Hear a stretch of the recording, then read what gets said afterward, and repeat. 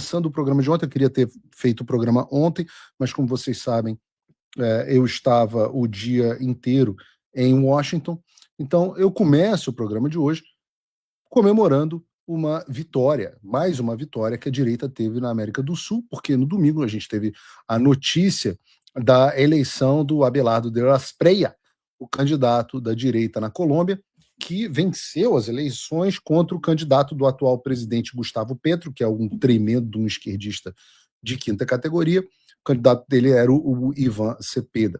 Mas mais do que uma vitória qualquer, e vocês vão entender onde é que eu quero chegar, vocês devem ter percebido a tendência que está acontecendo na nossa região. Nos últimos anos, a gente tem visto uma mudança drástica na política dos países das Américas. Nós tivemos essa eleição na Colômbia, muito importante que vocês observem, com a direita vencendo com uma vantagem de menos de 1 ponto percentual, 1%. Tivemos na semana passada outra eleição bem apertada, a da Keiko Fujimori no Peru, também com uma vantagem menor do que 1%. No ano passado, a gente teve a eleição do Rodrigo Paz na Bolívia, que colocou fim à hegemonia da esquerda no país. Antes disso, nós tivemos no Equador a vitória do Daniel Noboa. Na Argentina, por exemplo, o partido do Milei venceu muito bem as eleições legislativas e locais de meio de mandato. Em 2023, nós tivemos a vitória do Santiago Peña no Paraguai. Obviamente, não posso esquecer do Chile e da vitória do Cast. Vejam a transformação, por exemplo, na América do Sul. Em junho de 2023, você tinha 3 países com presidente de direita. Em julho de 2026, nós temos 7. Lembrando que nesse mapa tem também a Guiana Francesa, que apesar de ser na nossa região, tem um presidente esquerdista lá na França, que é o Macron. Então, digamos assim, eles não contam, não há eleição na nossa região. Aliás, tem uma coisa engraçada, né? Você olhando para as cores do mapa, isso é muito interessante. Toda vez que a gente enxerga a América Latina, enxerga vermelho no mapa, a gente entende que é o lado comunista, né? Mas toda vez que os americanos aqui veem esse mapa e veem vermelho, eles pensam na direita, porque a direita aqui nos Estados Unidos ficou associada desde a década de 80, mais ou menos, ao Partido Republicano, né? Essa é uma curiosidade. Para a gente é diferente, a gente enxerga vermelho, de fato é coisa de comunista. Mas voltando ao assunto, você talvez deva estar se perguntando o que mudou de 2023 para cá. É claro que uma parte dessa mudança deriva do descontentamento com as políticas desastrosas da esquerda. Os amigos do Lula fracassaram miseravelmente nos seus governos, né? O Petro, na Colômbia, com seu discurso de paz, permitiu o crescimento de grupos armados dentro do próprio país. O Boric, no Chile, desacelerou o crescimento econômico do país, que sempre foi a referência da região. O Alberto Fernandes basicamente destruiu a economia da Argentina na esteira de um peronismo kirchnerismo. Quando o Javier Milei assumiu, a inflação da Argentina era de mais de 160%. Por outro lado, a direita entra, e no caso do Milei, começou a, por exemplo, reconstruir o país. Isso causa uma certa inveja, né? A Argentina registrou em 2024 o primeiro superávit financeiro em 14 anos. A inflação dos argentinos caiu para patamares próximos de 2% ao mês em 2025. E o PIB cresceu 5,8% no primeiro trimestre de 2025. Então, a esquerda destrói, entra alguém da direita e vai lá tentar consertar. Então, tem o ponto, naturalmente, do descontentamento político. Isso é relevante. A esquerda causa estrago onde quer que ela entre. Mas há um outro ponto também. Sem dúvida alguma, não dá para a gente cometer a falácia do pós-hoc, ergo propter hoc, né? Ou seja, achar que uma coisa aconteceu depois da outra, então a primeira causou a segunda necessariamente, nem sempre é assim, mas é difícil não enxergar uma causalidade ou uma correlação entre o que aconteceu nas Américas durante a gestão Biden e o que aconteceu depois da entrada do Donald Trump, com os Estados Unidos parando de interferir nas eleições dos dois países. E aqui eu faço uma ressalva ao caso da Venezuela, porque os Estados Unidos, de fato, fizeram uma intervenção muito mais dura na Venezuela durante o governo Trump. Mas a gente lembra aqui que a Venezuela é um país que não tinha nem mais eleições, né? O escândalo da fraude ficou escancarado, ficou mais evidente ainda em 2024, quando concederam uma vitória novamente ao Maduro. E lá, eu digo escancarado porque lá foi possível verificar factualmente a fraude, ao contrário do Brasil, porque o sistema venezuelano tem voto impresso que permite a verificação. Ou seja, é um sistema, inclusive, mais seguro que o nosso. Por isso que a gente lá dá para ter certeza do que aconteceu, e do Brasil a gente só pode ter surpresas bem fundamentadas, suspeitas bem fundamentadas, perdão. E no tocante à fraude eleitoral, o Trump já deu um aviso ontem ao republicar um artigo da Newsmax que falava sobre as eleições no Brasil, né? Ele, na verdade, falava sobre essa mudança na América Latina. Vejam o que reportou, por exemplo, o Globo. Trump reposta artigo que define eleições brasileiras como próximo teste para sua influência na América Latina. Ao citar o cenário brasileiro, o artigo sustenta que a próxima eleição presidencial poderá se tornar a disputa mais consequente do hemisfério sob a influência política de Trump. A matéria menciona a disputa política entre a família Bolsonaro e o presidente Lula. Segundo o artigo, está dizendo o Globo, que eu não sei por que a gente está lendo o Globo em vez de ler o próprio artigo, mas vamos lá. Segundo o artigo, as eleições no Brasil estariam provocando um intenso debate sobre integridade do sistema eleitoral brasileiro e sobre se a disputa será conduzida de uma forma considerada livre e justa por todos os lados. Então, o mundo, inclusive aí o presidente Trump, estão vendo a mudança na América Latina e agora, e foi algo que eu percebi muito em Washington nesses últimos 2 dias, os olhos estão muito voltados ao Brasil. Exatamente como nós queríamos. Para que o mundo preste atenção no que está sendo feito com esse continente e a interferência real que nós sofremos. Mas, sem dúvida alguma, não é só o dinheiro da USAID que interferia na América do Sul. Mas sim, era dinheiro do USAID, claro, mas todo um arcabouço de intervenção diplomático americano nas eleições da América Latina.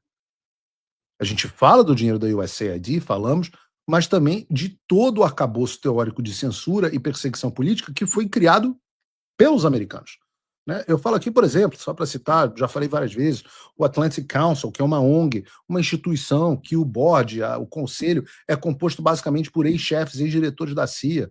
Nós temos o Barroso agradecendo a intervenção americana para evitar um suposto golpe. A gente tem as visitas diplomáticas de figuras ameaçando as instituições brasileiras e políticos brasileiros e autoridades civis e militares brasileiras.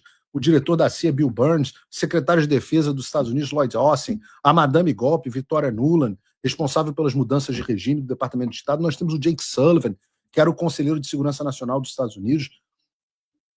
Inclusive, o Brasil foi a última viagem antes dele se aposentar. Tivemos o almirante Craig Fowler, que é o chefe do Comando do Sul dos Estados Unidos, mandando recado para as Forças Armadas brasileiras, naquele momento onde você estava com cartaz SOS Forças Armadas. O almirante lá do Biden estava ameaçando os milicos de acho bom vocês não se engraçarem.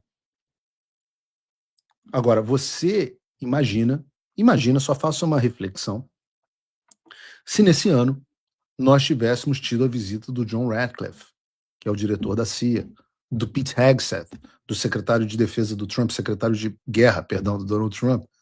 Se tivéssemos 2 visitas do Marco Rubio, eu digo 2 visitas porque o Marco Rubio tem tanto o papel do Lloyd Austin quanto o papel do Jake Sullivan. Ele é tanto o secretário de Estado quanto o assessor de segurança nacional, então ele teria que ter vindo ao Brasil 2 vezes. Imagina se nós tivéssemos uma ONG americana, um Atlantic Council, ou o próprio National Endowment for Democracy, a USAID, despejando rios de dinheiro no Brasil, promovendo as ideias sobre as eleições, né, ideias bolsonaristas. Se nós tivéssemos órgãos americanos dizendo ao TSE como conduzir o processo eleitoral, se nós tivéssemos o Cássio Nunes tirando onda de que pediu ajuda à embaixada americana para conduzir o processo eleitoral brasileiro, pediu até o chip que opera as urnas eletrônicas. Imaginem se tudo isso que aconteceu, de fato, comprovadamente em 2022, tivesse acontecendo com um sinal trocado em 2026. O chilique que a esquerda estaria tendo agora. Então não é segredo para ninguém, né? Eu estou dizendo aqui, eu voltei de Washington hoje, E eu digo a vocês que é muito possível que nós tenhamos, sim, como diz o artigo do Trump, e como eu estou dizendo a vocês, que nós tenhamos visitas de autoridades americanas, de delegações americanas, de funcionários do governo americano ao Brasil nesse ano, para cobrar, como diz o artigo compartilhado pelo Donald Trump, transparência, eleições limpas e livres. Mas certamente nós não vamos ter pessoas do altíssimo escalão, Marco Rubio não irá ao Brasil, nós não teremos pessoas do altíssimo escalão com o objetivo de interferência eleitoral. Aliás, saiu na imprensa, e isso de fato me foi dito pelo próprio senador Tom Cotton, num jantar que nós participamos no sábado. Tom Cotton é o poderoso, né?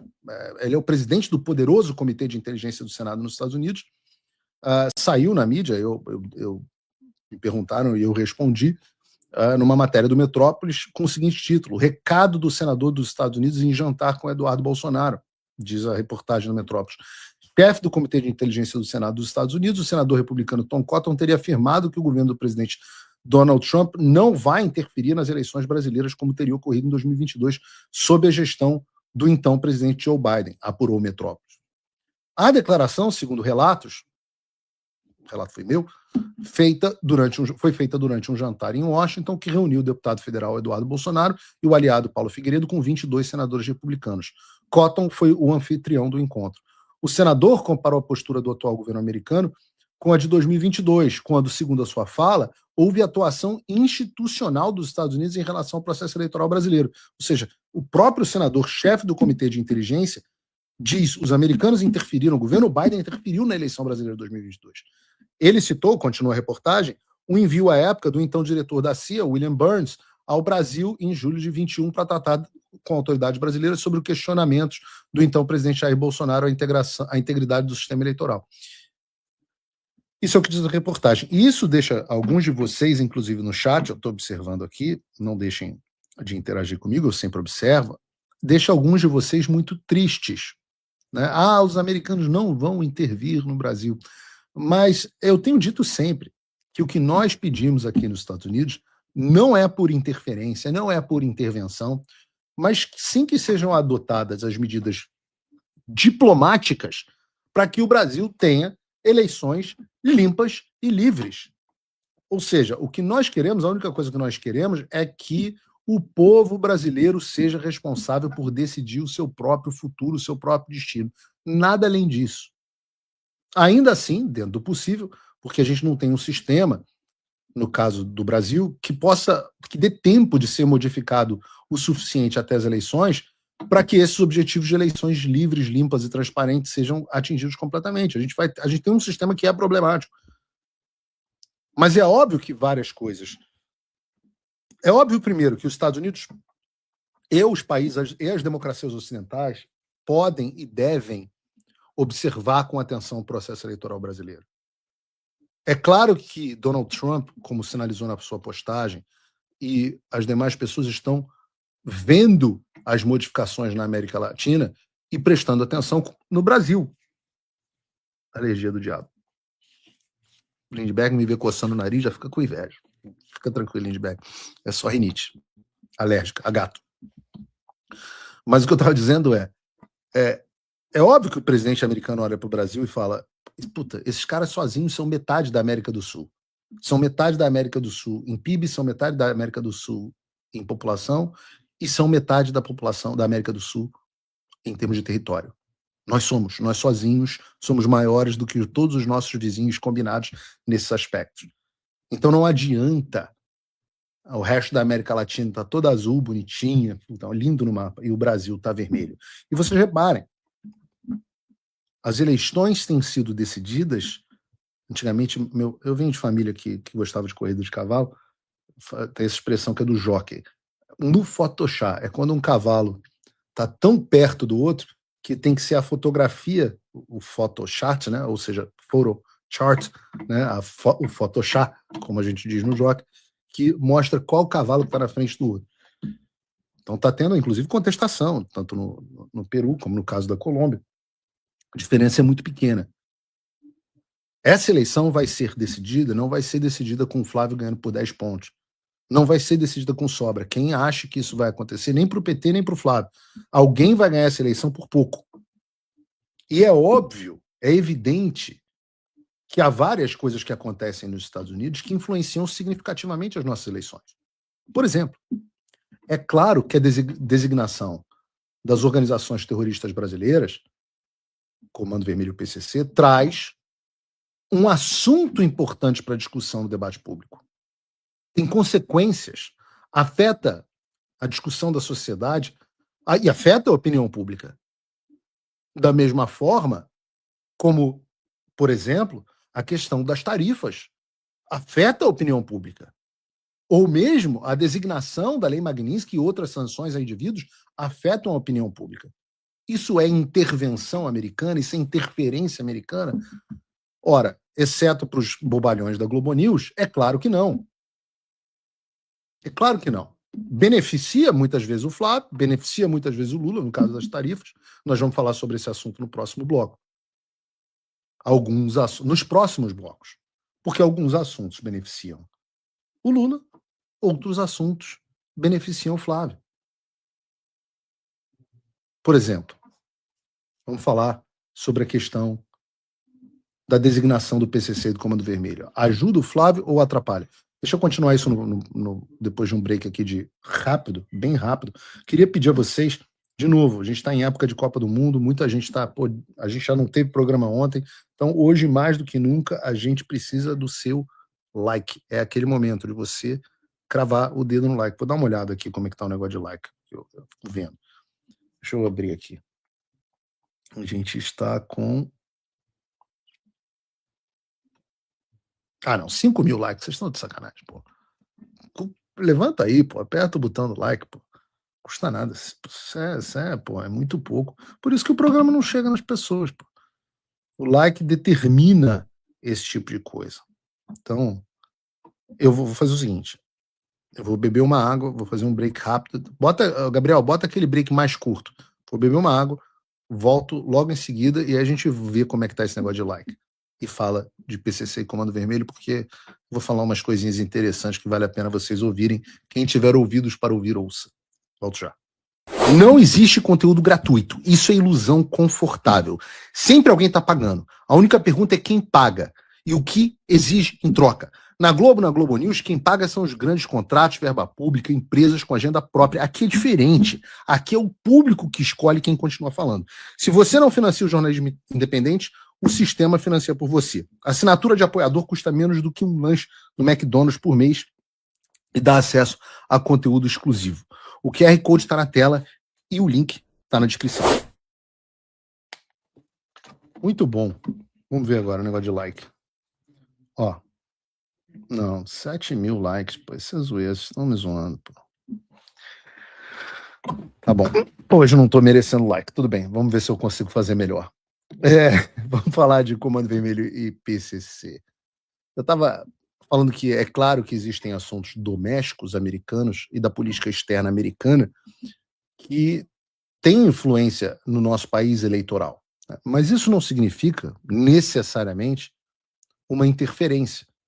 Por exemplo, quando os Estados Unidos designam o Comando Vermelho e o PCC como organizações terroristas, isso não é feito para ajudar o Flávio eleitoralmente. Isso é feito porque é do interesse americano em fazê-lo. É feito porque isso é bom para os Estados Unidos. E toda vez que eu vou aqui, eu acho que o segredo do sucesso das nossas empreitadas aqui é que toda vez que eu sento com uma autoridade americana, eu sento e falo para ele. Eu basicamente adoto ali a postura da Miriam Leitão. Eu digo assim, entenda como isso é bom. Veja como é bom para os Estados Unidos e importante para os Estados Unidos essa designação. Veja como é importante e bom para os Estados Unidos sanção Magnitsky contra o Alexandre de Moraes, para proteger as companhias americanas, para proteger os indivíduos americanos que estão sendo agredidos pelo Alexandre de Moraes, para proteger a liberdade de expressão, que é um valor de matriz americana. Então é assim com sanções, é assim, os americanos entendem isso. E por isso que eles sancionam os indivíduos. Essas, por exemplo, são designação do PCC, por exemplo, são medidas que são extremamente populares. Por quê? Porque o povo brasileiro está desesperado por segurança. Não há dúvida de que isso ajuda o Flávio. Inclusive, é plenamente medido, inclusive em pesquisas. Vejam que até o Datafolha desse final de semana, o Datafolha, mostrou que a população aprova em massa a designação do Comando Vermelho do PCC como organizações terroristas. 59% dos brasileiros concordam com a classificação e só 33% discordam. Repito, isso é o Datafolha. Significa que, necessariamente, uma enorme parte dos eleitores do Lula concordam com a designação do Comando Vermelho do PCC. E, de novo, isso é o Datafolha. Imagina o número no mundo real.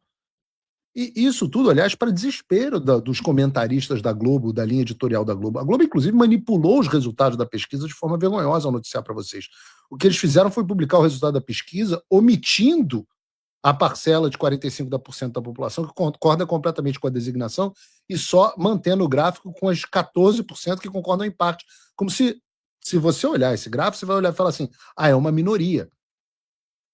Não fosse o suficiente, na própria manchete que eles colocam na Globo News, em vez de mostrar que 59% concordam com a designação, eles omitiram e vai dizendo que 45% apoiavam a medida.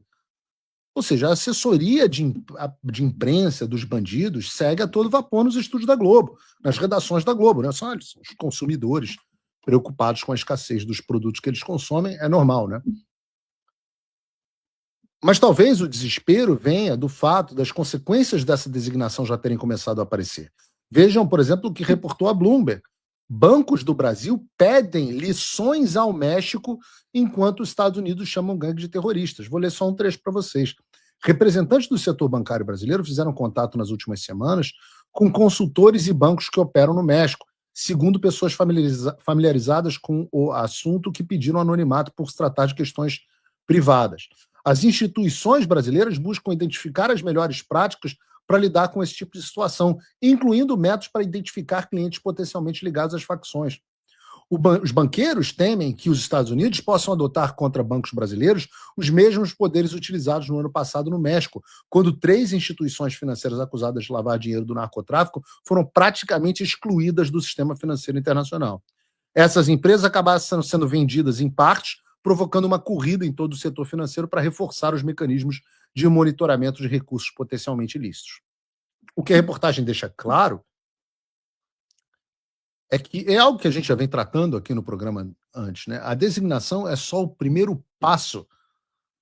É uma notícia que continuará rendendo frutos. O próximo passo são as sanções aplicadas a indivíduos e a empresas específicas com ligações com crime organizado.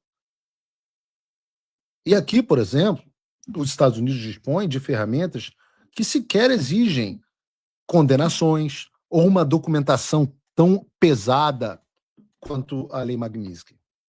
Peguem, por exemplo, eu acho que vocês vão... Lembra que quando eu comecei a falar de Magnitsky, ninguém sabia o que era, né? Então, hoje eu vou apresentar a vocês um novo instrumento, novo para vocês, mas é um instrumento que já existe do arcabouço de sanções americanas. Existe uma provisão chamada Seção 731C, que é um dispositivo, eu diria que eu nunca ouvi ninguém no Brasil falar a respeito, mas eu suspeito que vocês ouvirão muito falar sobre isso no futuro próximo. Aí vocês veem se eu tenho histórico de acerto ou não.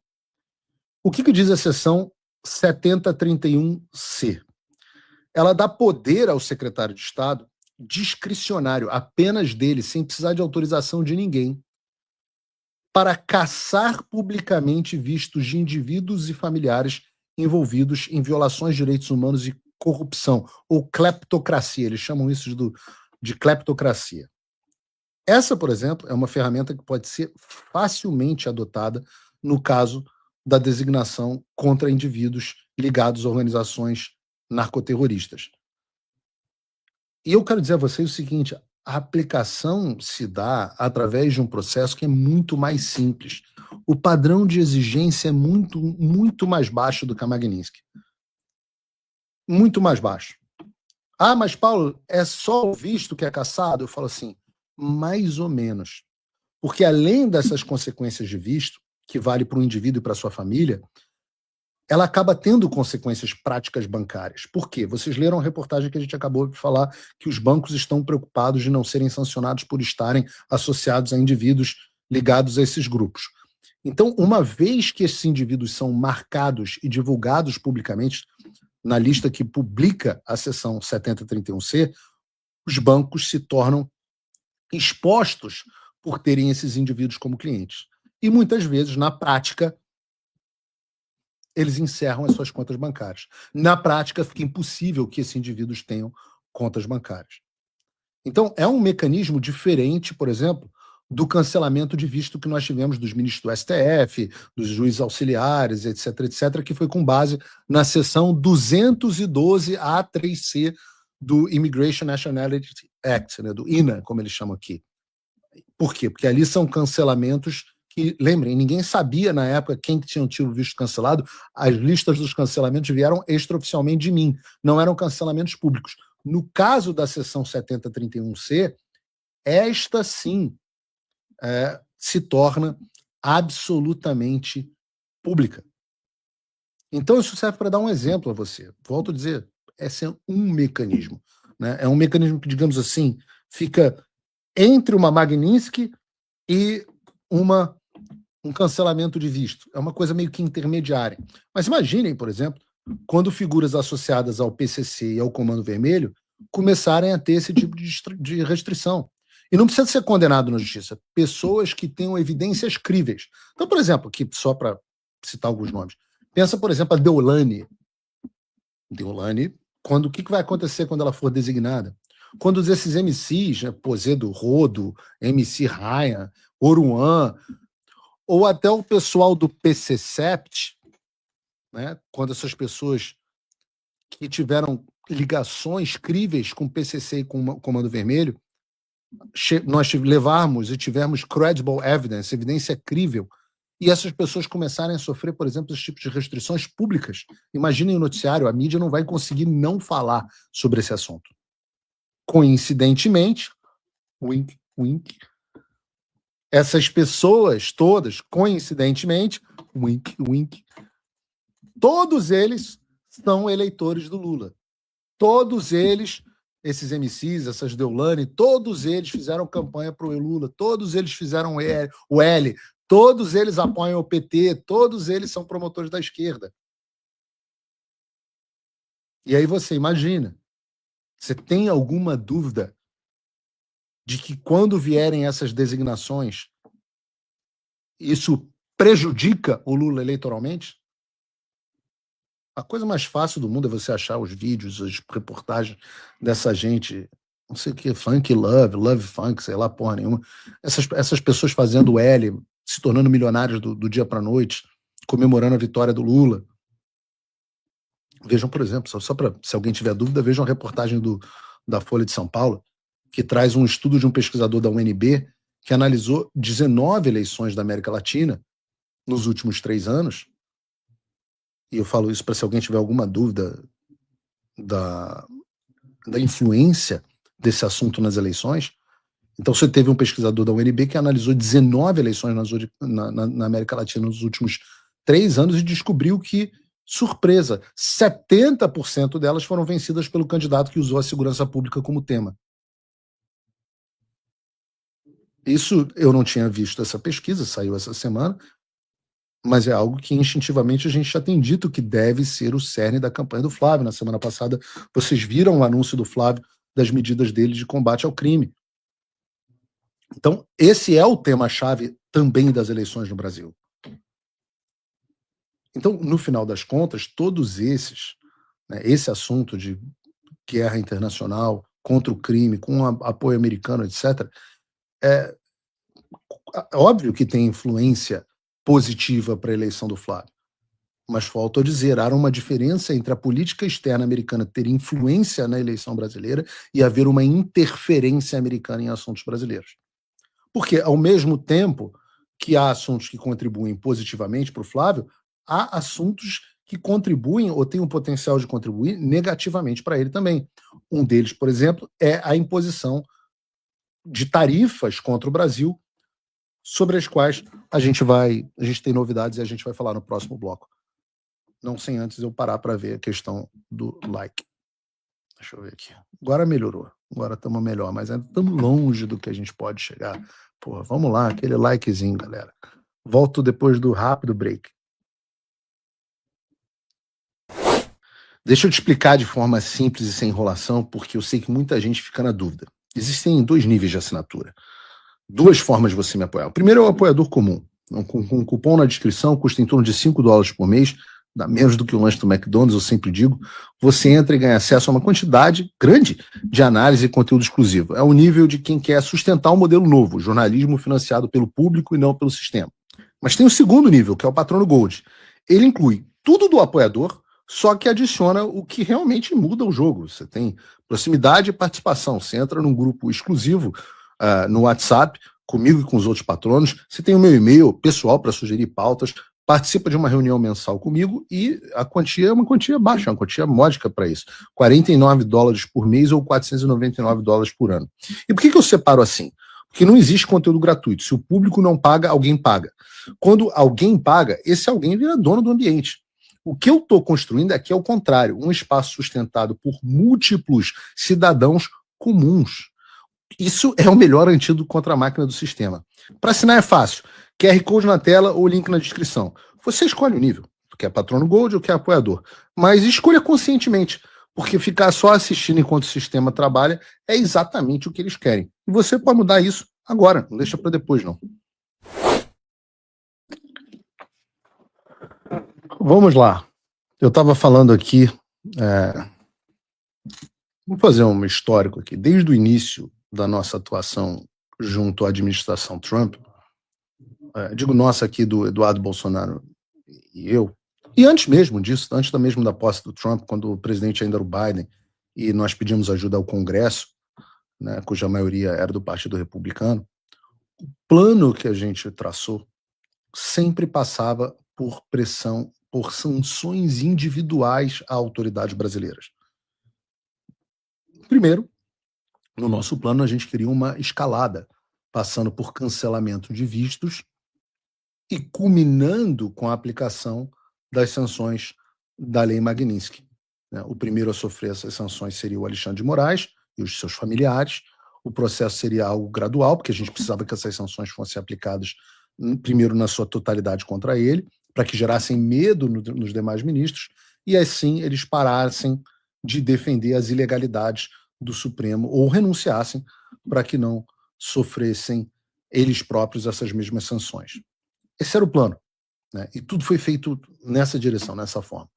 Para a gente chegar a esse resultado, foi uma quantidade colossal de documentos produzidas, centenas de reuniões, centenas mesmo, várias etapas burocráticas foram superadas dentro da administração, ocorreu um processo de convencimento gigantesco, a gente chegou lá, as pessoas não sabiam nem quem era Alexandre de Moraes, assim, inúmeros documentos foram apresentados, revisados, adaptados, apresentados novamente, pessoas saíram, pessoas entraram, e em meio a esse processo, ao fim desse processo, digamos assim, nós finalmente chegamos ao presidente Trump. Ele é o tomador de decisão.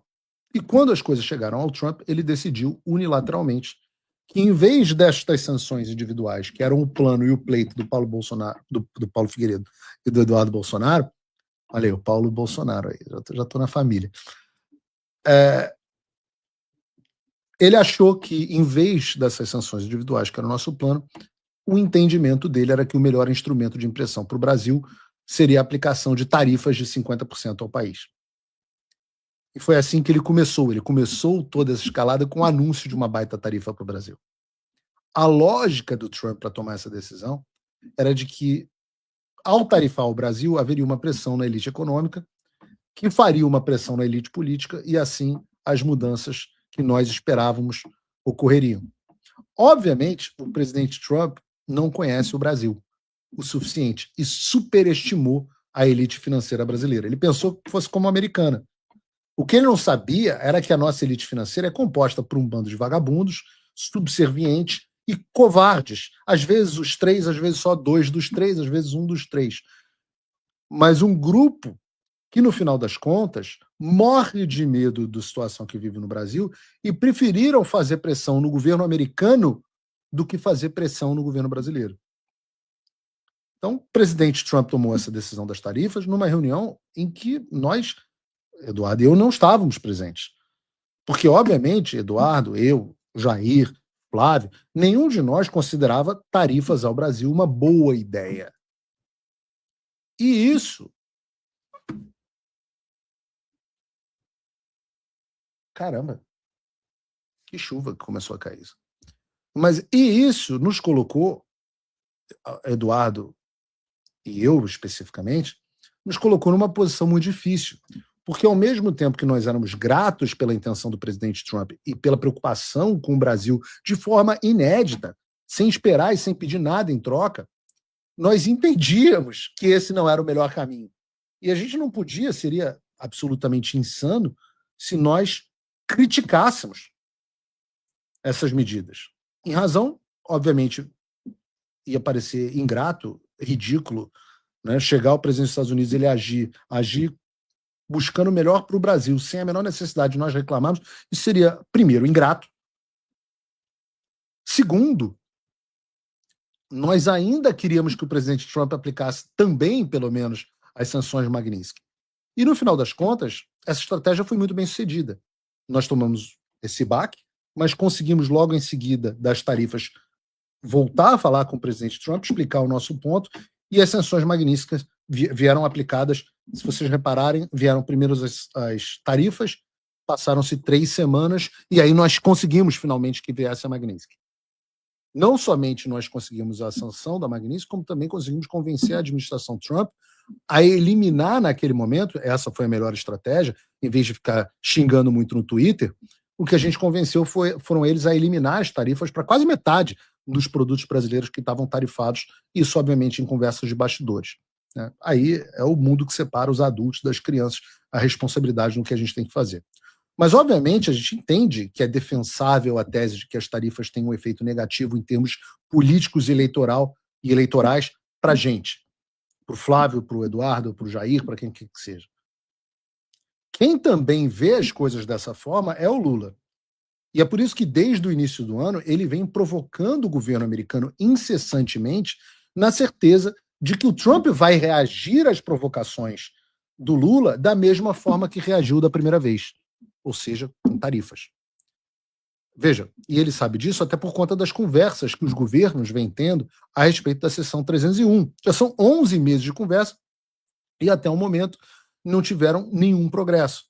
Por isso que o Lula tem xingado o Marco Rubio, por isso que o Lula tem falado mal do Trump, por isso que o Lula não tem tomado nenhuma medida para impedir que essas tarifas sejam implementadas. Por sinal, e eu acho que não botaram aqui, mas eu mandei no grupo para a pauta. Ontem eu estava lendo notícia aqui, mostrei essa notícia enquanto estava dentro da Casa Branca, a notícia de que o Lula tinha, no meio dessa confusão toda, passado a vender títulos em moeda chinesa, pela primeira vez na história. Algo que emputece os americanos muito. E é ruim para o Brasil também. Mas, além de tudo, emputece os americanos muito nessa ideia de escalada. Lula quer que as tarifas venham. E algumas pessoas aqui estão me perguntando no chat, né, talvez não estejam acompanhando aqui o que está acontecendo. Mas Paulo, as tarifas não foram aplicadas contra o Brasil ainda?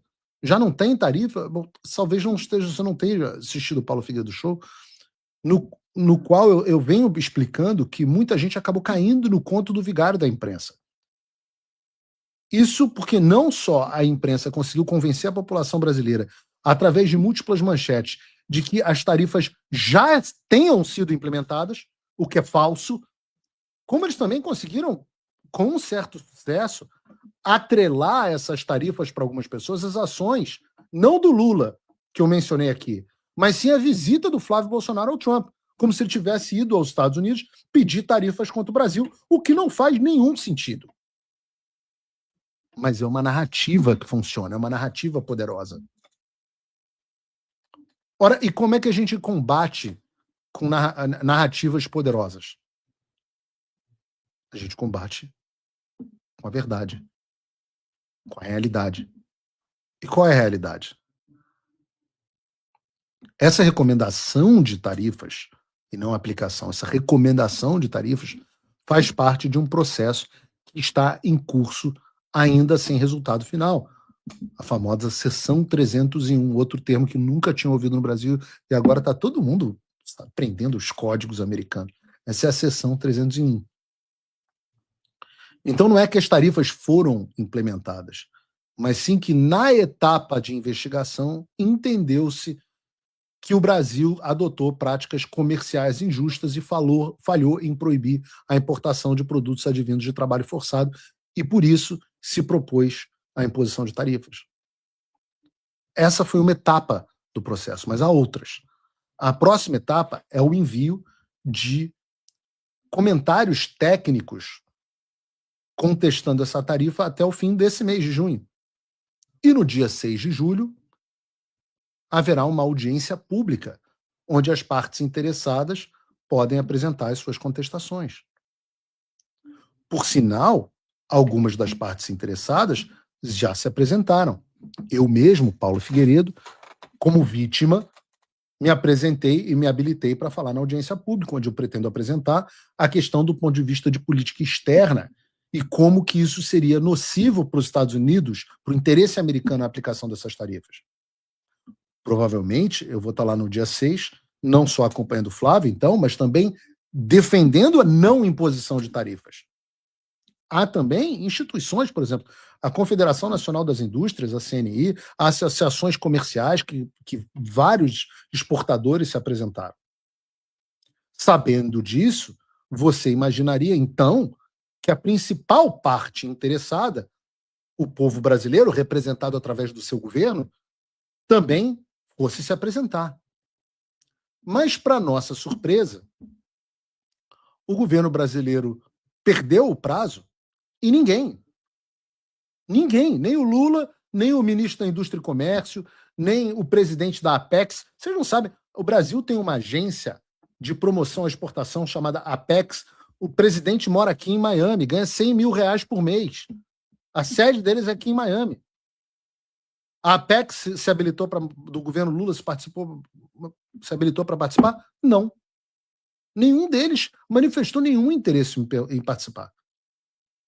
Eu fico me perguntando, o que o presidente da Apex, o que o ministro da Indústria e Comércio, o que ele tem de mais importante para fazer no dia 6 de julho? Será que a imposição de tarifas contra o Brasil é algo assim tão sem importância que o Lula prefere passar a segunda-feira no Palácio do Alvorada do que vir aos Estados Unidos defender o seu país?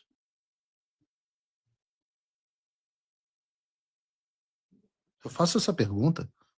O Brasil só se habilita para defender o Alexandre de Moraes na Corte da Flórida, mas proteger o Brasil, ninguém se habilita.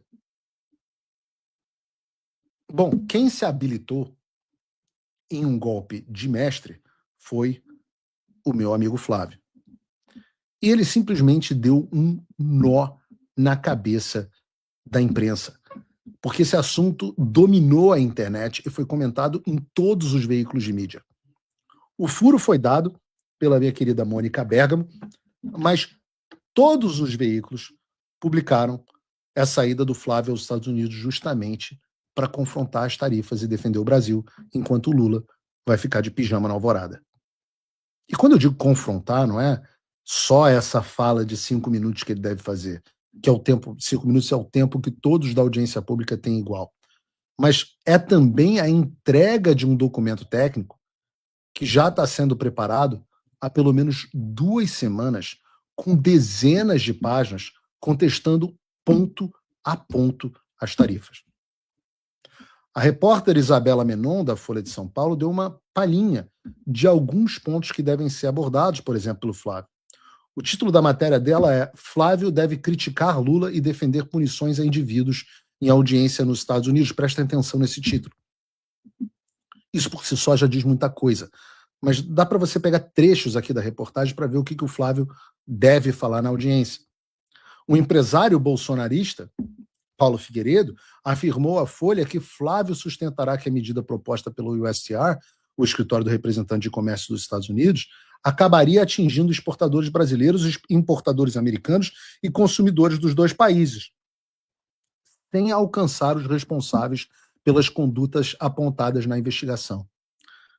Continua a Folha. De acordo com Figueiredo, Flávio pretende argumentar que parte das práticas criticadas pelos Estados Unidos, especialmente relacionadas à moderação de conteúdo em plataformas digitais, decorrem de decisões judiciais e não de legislação aprovada pelo Congresso Nacional. Segundo ele, o senador defenderá, prestem atenção, que medidas de remoção de conteúdo e bloqueio de perfis, uma das reclamações do USTR após a investigação 301, foram adotadas à margem da lei, sem aprovação legislativa específica, e que existem mecanismos institucionais em funcionamento nos Estados Unidos para contestá-las. Ela abre aspas minhas aqui.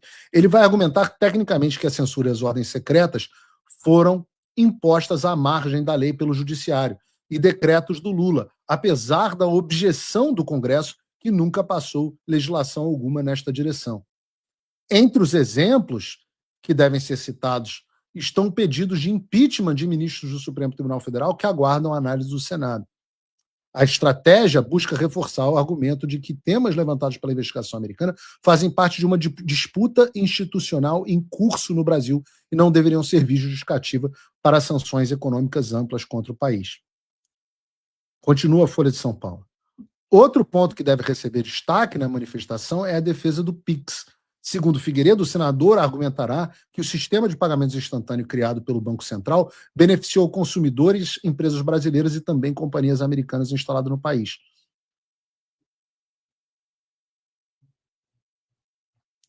De acordo com Figueiredo, Flávio pretende rebater a avaliação do governo americano e afirmar que o PIX não prejudicou investidores estrangeiros nem deveria ser tratado como objeto de negociação comercial. Outra coisa que o Flávio deve falar saiu no G1.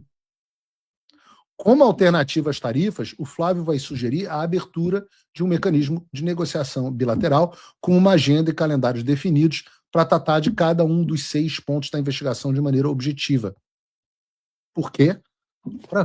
Porque é assim que gente séria faz as coisas.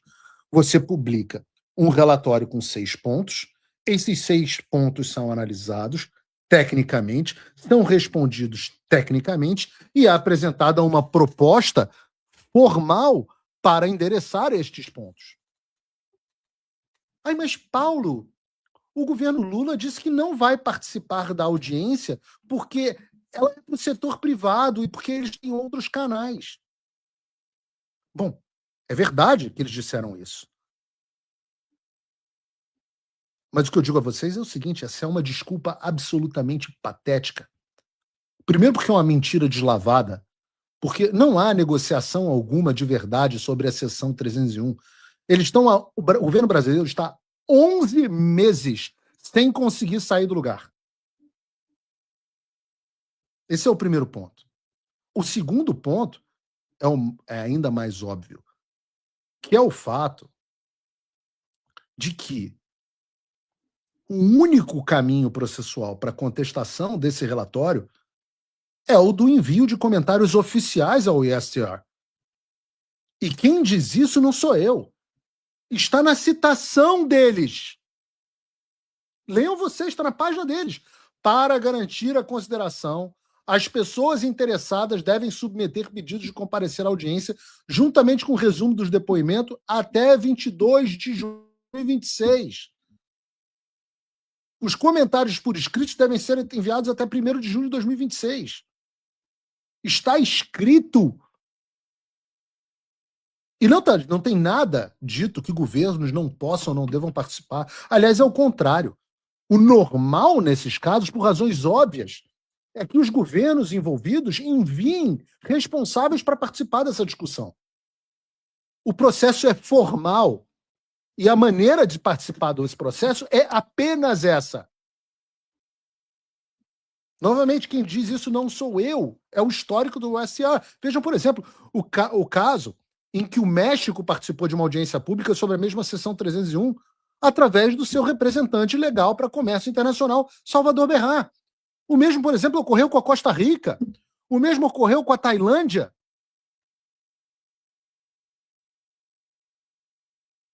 A participação é formal, mas é claro que há conversas de bastidores, tanto da parte do governo Lula quanto da nossa parte.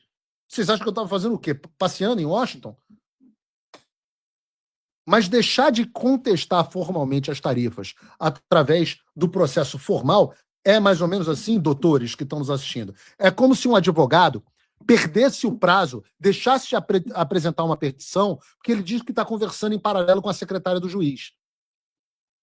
Tem autos esses processos. E nos autos desses processos, as únicas coisas que existem e que são registradas são aquelas que foram protocoladas. E a verdade é que o governo Lula não apresentou absolutamente nada.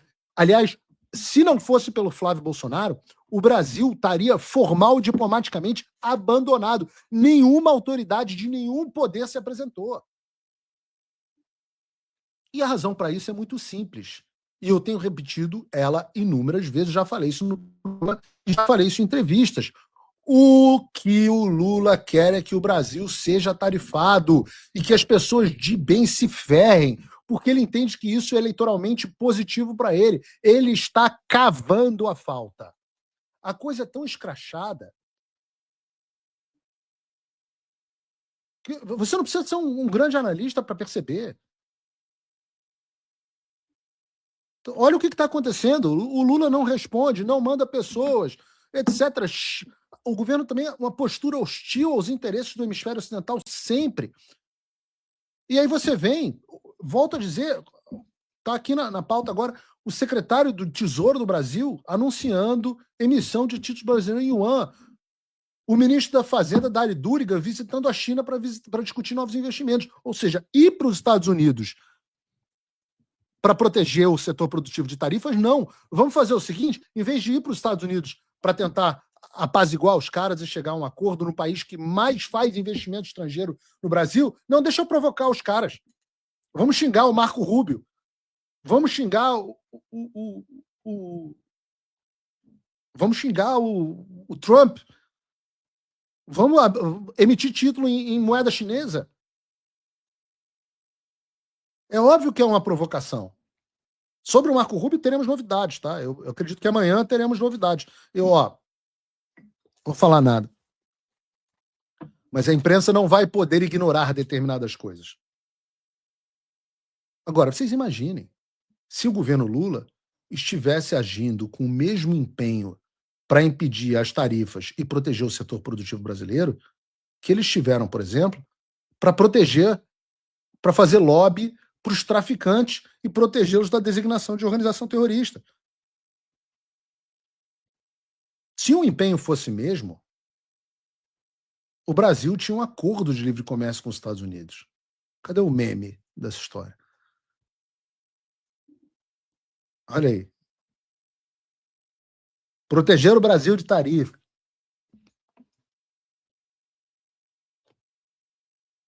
É isso. Se o empenho fosse o mesmo, o Brasil já tinha um acordo de livre comércio com os Estados Unidos, mas a verdade é que o Lula se dedica mais a proteger os meninos dele, os traficantes do Comando Vermelho do PCC, a proteger o Alexandre de Moraes na corte da Flórida, na Flórida. Ele não está nem aí para quem trabalha e para quem sustenta o Brasil nas costas. O que aconteceu? Só que o Lula achou que que ele não ia participar e que a gente ia jogar parado. Not on my watch. Não comigo, filhão. Vocês imaginem o nó na cabeça do governo Lula. Eles ficaram revoltados, foram pegos de calça curta. E também da própria imprensa. E eu tenho falado isso. É uma discussão que eu tenho tido com a campanha do Flávio, que as ações precisam ter forma, precisam ter imagens. A coisa precisa ter... Essas coisas têm peso. Vocês imaginem as notícias dominando, o Flávio dominando o noticiário, mostrando o Flávio, por exemplo, nas próximas semanas vai estar lá a imagem, não sei se vai ser televisionado a fala, mas vai estar lá a fala dele na porta do prédio do representante comercial lá da Câmara de Comércio, mostrando ele coletiva de imprensa. O assunto vai ser dominado pelo Flávio, defendendo o Brasil contra as tarifas e cobrando o Lula que se omite, o Lula na defensiva, dizendo, não, estou tendo reuniões, etc. A estética da coisa importa.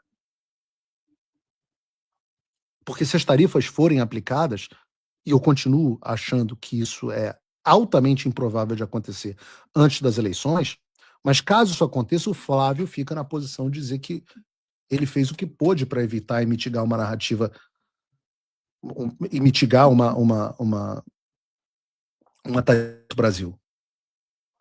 Ao mesmo tempo que ele ganha a possibilidade de dizer que o Lula não fez nada, com fatos. Que eu disse, a objeção a uma narrativa poderosa é expor os fatos, mas você tem que saber expor a verdade. Por outro lado, se as tarifas não forem aplicadas, que eu volto a dizer, na minha opinião, é o cenário mais provável, pelo menos até as eleições, a vitória é exclusivamente do Flávio. E vai ter muito material visual. Se isso for trazido pelo Lula num debate, o argumento contra é matador. Com fala, com entrevista, com fotos e por aí vai. Então, o Flávio está fazendo esse trabalho de apresentação técnica. Vai ter reuniões. Também tem um trabalho de bastidores sendo...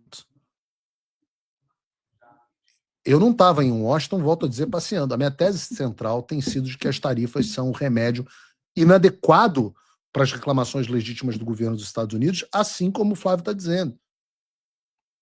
É verdade que o Brasil tem problemas de corrupção, como diz o USTR. É verdade que o Brasil é protecionista demais. É verdade que nós temos problemas graves de censura. Mas as medidas adequadas não são tarifas. Quais são as medidas adequadas? Ora, a sanção aos indivíduos. Então, melhor ainda será se as tarifas não só não forem aplicadas, mas, além disso, outras medidas alternativas forem adotadas, como a volta da Magnitsky. Vocês percebem que é o mesmo ciclo de argumento pelo qual eu já tive que passar um ano atrás? É o plano. Imagina se dá certo e a gente tem a volta das sanções. Seria muito bom para o Flávio. Não sei porque. Um bug aqui, dois pedidos de apoio. Vamos embora. Estava falando de Magnitsky, né? Estamos falando sobre a volta da Magnitsky. Então, já que vocês pedem tanto, vamos falar de Magnitsky. Como eu estava dizendo no bloco anterior, eu sempre fui claro em dizer que o nosso plano era uma escalada de sanções. Não dá para você fazer todas de uma vez só. Como um bom torturador, você nunca mata a vítima de dor. Você tem que ir sempre aumentando um pouquinho a tortura. Né? Então, o que a gente tinha que fazer? Uma escalada de sanções. E a partir do momento que a gente fosse aumentando a pressão, nós íamos chegar ao ponto que nós precisávamos para negociar a retomada da normalidade democrática no Brasil. Anistia, fim das ordens de censura, nós conseguimos, nunca mais ninguém foi banido, né? Reparem, estamos aqui inclusive fazendo o programa, nunca mais, por algum milagre, nunca mais ninguém foi banido. Então nós queríamos o fim da censura, o fim da perseguição política, um processo eleitoral mais transparente e com todos esses objetivos atingidos, talvez até tivéssemos um presidente Jair Bolsonaro concorrendo à presidência da República novamente. Uma vez que, volto a dizer, não por pressão no processo, mas porque o Congresso teria aprovado a anistia. Para que isso acontecesse, no entanto, era necessário, sim, uma mudança de postura dentro do Supremo Tribunal Federal, que é o órgão que manda no Brasil. O Congresso importa pouco, a presidência importa pouco, quem importa é o STF. Daí a gente queria essa escalada de pressão. Era a única maneira de promover essas mudanças que a gente precisava do STF. E eu vou dizer, funcionou em parte. Nós tivemos mudanças importantes e significativas. Vejam, por exemplo, a mudança de postura do ministro Luiz Fux, que viu a luz, encontrou a razão e se tornou um dos ministros mais importantes da República. Não só desmontando ponto a ponto a mentira das condenações do 8 de janeiro, como agora é o voto decisivo para não deixar, por exemplo, que o caso do Master acabe na pizza que o Gilmar Mendes quer que acabe. Nós tivemos também, é claro, o caso do ministro Barroso, que era nada mais, nada menos do que o presidente do Supremo Tribunal Federal. Esse foi o homem que orquestrou, como eu disse aqui, confessadamente, a interferência americana nas eleições de 2022. E de se cagar tanto de medo da Magnitsky, depois de perder os vistos e do filho dele ter sido expulso dos Estados Unidos, renunciou ao cargo. Algo que se julgava impensável. Por outro lado, há também o ministro Gilmar Mendes, né? O ministro Gilmar Mendes chegou ao ponto de mostrar disposição para conversas e negociações nos bastidores.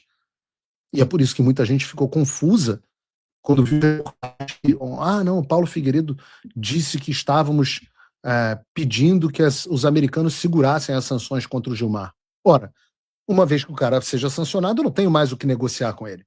Eu preciso da expectativa do aumento do choque. Eu preciso da expectativa da sanção. Ela é mais poderosa do que a própria sanção. E aqui é o que eu tenho dito. Os comentaristas de sofá, de estúdio, os engenheiros de obra pronta, gente que nunca contribuiu com porra nenhuma, não tem nem ideia das conversas que acontecem nos bastidores, de o que está acontecendo nos Estados Unidos, de o que está acontecendo no Brasil, com os próprios ministros do STF, gente que não tem ideia de nada, não sabe nada do que está acontecendo, mas mesmo assim resolvem tacar a pedra e querer dar opinião. Graças a Deus essas pessoas estão se tornando irrelevantes. Mas é o que eu sempre digo, são palpiteiros. Palpiteiros. Dizem que são jornalistas sérios, independentes, mas são palpiteiros. Não sabem mais do que a velha fofoqueira da rua. Então, diante de tudo isso que estava ocorrendo, os resultados estavam vindo. Os resultados estavam vindo, as censuras pararam. A discussão da anistia estava avançando, nós conseguimos aprovar a urgência. No entanto, como diria o Carlos Drummond de Andrade, no meio do caminho tinha uma pedra no meio do caminho. E essa pedra é um adversário formidável, quase um Thanos da diplomacia internacional, um sujeito com recursos infinitos, por isso que eu falei aqui Thanos, né? O cara tem um Infinity Stone, a manopla do infinito, na verdade.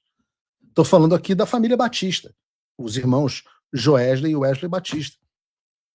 Os caras não têm limite do dinheiro deles, podem contratar todos os melhores lobistas de Washington.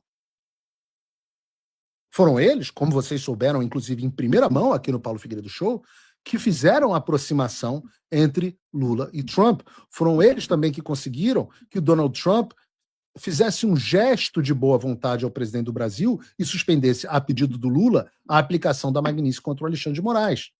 A contragosto, é verdade, dos seus assessores mais próximos. Você deve inferir aí, inclusive, que a contragosto do próprio secretário de Estado, Marco Rubio. Esse era o quadro. Mas a gente tem chamado a atenção para o fato de que eu gosto de ser o underdog, eu gosto de ser o cara lutando contra coisas gigantescas, o azarão. Porque essa relação construída entre Trump e Lula por Joesley Batista foi por água abaixo. A gente tem falado dos sinais disso nas últimas semanas. Mesmo antes do Trump, eu falei isso no Paulo Figueiredo Show, acho que de quinta-feira, quarta-feira, e veio na sexta-feira o Trump se manifestando explicitamente a respeito do Lula em uma entrevista à televisão americana. E se você não viu a entrevista, ela é bem curtinha. Eu vou botar aqui só um trecho para você. I watched Brazil.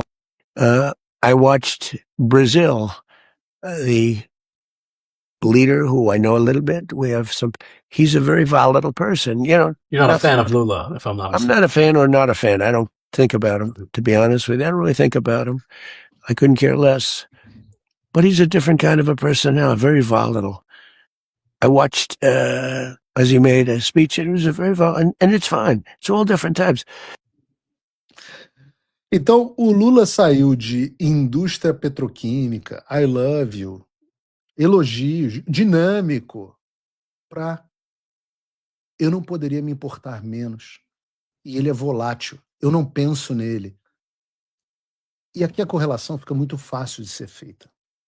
Se a suspensão da Magnitsky ocorreu única e exclusivamente por um gesto de bom grado do Trump em relação ao Lula para melhorar as relações com o Brasil, e agora a relação entre os dois países azedou de vez, com o Trump não se importando, não liga para o Lula, ora, o fator que causou a suspensão da Magnitsky, por conseguinte, deixou de existir. É claro, então, que isso abre espaço para que sanções da Magnitsky sejam restituídas ao Alexandre e, quem sabe, sejam estendidas também a outros ministros. Uma pessoa que me vem à mente, por exemplo, é o senhor Gilmar Mendes.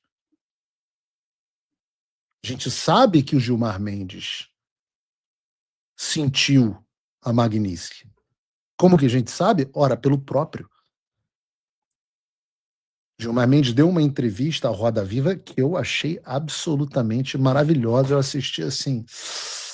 Vai, Gilmar, fala, por favor, da Magnitsky. E o que ele disse? Não é? Se você não viu, eu vou dividir aqui com vocês. Bota aí, Gabriel. Sentimento quando falou, bom, inclusive o senhor está sem visto até hoje, se não me engano, né? Acho que sim, acho que sim. Eu acho que sim também, Gilmar. Eu também estou contigo nessa, eu também acho que sim. Não fui procurar saber. Mas qual foi o seu sentimento quando falou, bom, vai vir uma Magnitsky, os Estados Unidos vão vir para cima de forma bruta? Eu me perguntei o que eu devia fazer. Obviamente eu tenho conta, não nos Estados Unidos, mas eu tenho conta pessoal em Portugal. E me perguntei o que fazer em relação a isso. Eu decidi deixar o dinheiro que tinha lá e tal, até porque passo parte das minhas férias em Portugal, e decidi seguir a vida. Parte das suas férias, nada. Você vai para Portugal todos os meses, a gente sabe exatamente quando você vai.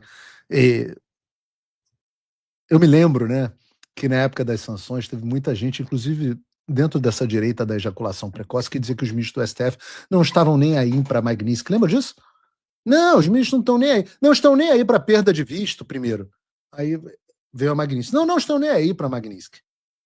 Um mudou de posição, o outro renunciou. Agora o Gilmar Mendes diz que se perguntou o que deveria fazer, já que tinha dinheiro nos bancos no exterior. Então tá aí uma declaração pública de que o Gilmar Mendes estava preocupado com os ativos dele no exterior. Em outras palavras, inclusive, Gilmar, o problema é que você acusa o golpe. A gente sabe que quando apertar Portugal vai doer. E uma hora a gente vai apertar Portugal. O Chega só está crescendo lá. A gente vai chegar. Olha, gente, eu confesso a vocês, até agradeço, uma audiência enorme, mais de 18 mil pessoas assistindo. Numa época de Copa do Mundo, a audiência de todo mundo caiu. A audiência está muito boa. E eu queria que nós tivéssemos muito mais tempo no programa de hoje para a gente falar da entrevista do Gilmar. Porque essa entrevista do Roda Viva do Gilmar, assistam, tem vários trechos maravilhosos. Ela expõe um grau de desconexão dele em relação ao Brasil e ao povo brasileiro que é imenso. A sociedade brasileira terminou essa entrevista. Respondam vocês no chat qual foi a impressão, se vocês viram ou não. Mas a minha sensação é de que a sociedade brasileira termina a entrevista dele no Roda Viva com asco, com nojo do Gilmar Mendes. Mas eu acho que o Gilmar acha que ele foi muito bem. A gente já falou sobre essa desconexão entre o Gilmar e os demais, né? Se você for ver, por exemplo, a desconexão deles com a real sociedade brasileira, eles acham que são aplaudidos. Se você for ver as mensagens que se tornaram públicas do Vorcaro para o Alexandre de Moraes, a gente tem um retrato do que essas pessoas escutam todo dia, né? Tem um trecho aqui. Vorcaro dizendo para o Alexandre, o seu legado para o Brasil será eterno. É verdade, só um legado de tirania. Tenho certeza que cada vez mais se consolidará como a pessoa mais importante do país. É isso que esses caras estão acostumados a ouvir o dia inteiro de banqueiro poderoso. E é por isso, quando eles saem de um ambiente amigável e vão para um ambiente menos amigável, porque o Roda Viva não seria inteiramente hostil ao Gilmar, é por isso que eles vão tão mal. Os ministros não se preocupam com perda de visto. O Gilmar parece ter se preocupado, né? Gilmar não sabe se está sem o visto americano, né? Pois é, Gilmar. Eu fiquei sabendo, por exemplo, você diz que não foi procurar saber, né? Eu fiquei sabendo que você não foi assistir a Copa do Mundo aqui, não veio aqui, porque estava com medo de ser barrado. Eu acho que o Eduardo Bolsonaro está lá no jogo, mas saiu nos jornais que você não veio porque estava com medo de ser barrado, né? Para entrar no país. Eu acho que você devia testar, Gilmar. Imagina você desembarcando no avião e sendo mandado de volta para o Brasil porque não pode e se tornou inadmissível para entrar nos Estados Unidos. E vejam que delícia, vocês têm que ter uma satisfação, pessoal. Qualquer um de vocês poderia vir à Copa do Mundo, mas o Gilmar não. E é gostoso porque o Gilmar ama futebol. Gilmar ama futebol. Aliás, a única coisa a única qualidade que ele tem é que ele é santista igual meu pai. Perder a Copa do Mundo, para ele, é uma dor. Até porque quantas Copas do Mundo o Gilmar ainda vai assistir? Mas é uma dor ainda maior porque, né, quando o filho dele, o filho do Gilmar hoje, é o dono da CBF. Não sei se vocês não sabiam disso. O filho dele é o dono da CBF e o Gilmar não pode vir assistir o jogo de futebol. Se vocês não sabiam disso, o Chico Mendes, o Francisco Mendes, é o diretor-geral do IDP, que fez a ponte para vocês fecharem uma parceria multimilionária para organizar os recursos, emitir certificado, gerenciar operações da CBF, Academy, etc. Esse mesmo Francisco Mendes é o presidente, é o vice-presidente da Federação Mato Grossense de Futebol e é tido como o dono da CBF, o cara que manda a CBF. Pelo menos ele tem uma coisa de boa. O filho do Gilmar Mendes se gaba de ter sido ele que convocou o Neymar. Você tem uma ideia do quanto que o cara manda. E o Gilmar não pode vir com o filho para a Copa. O filho está lá na tribuna de honra sem o pai. Então tá bom, eu também estou sem poder ver meu pai. O filho do Gilmar fica sem poder ver o pai dele. Tá tudo certo. E que me dá uma satisfação enorme, porque é um pouco de senso de justiça. Mas é pouco. É muito pouco perto do que o Gilmar merece. Porque, Gilmar, sua hora vai chegar. Eu sou obstinado. Não importa o que aconteça, eu não vou parar até eu te pegar.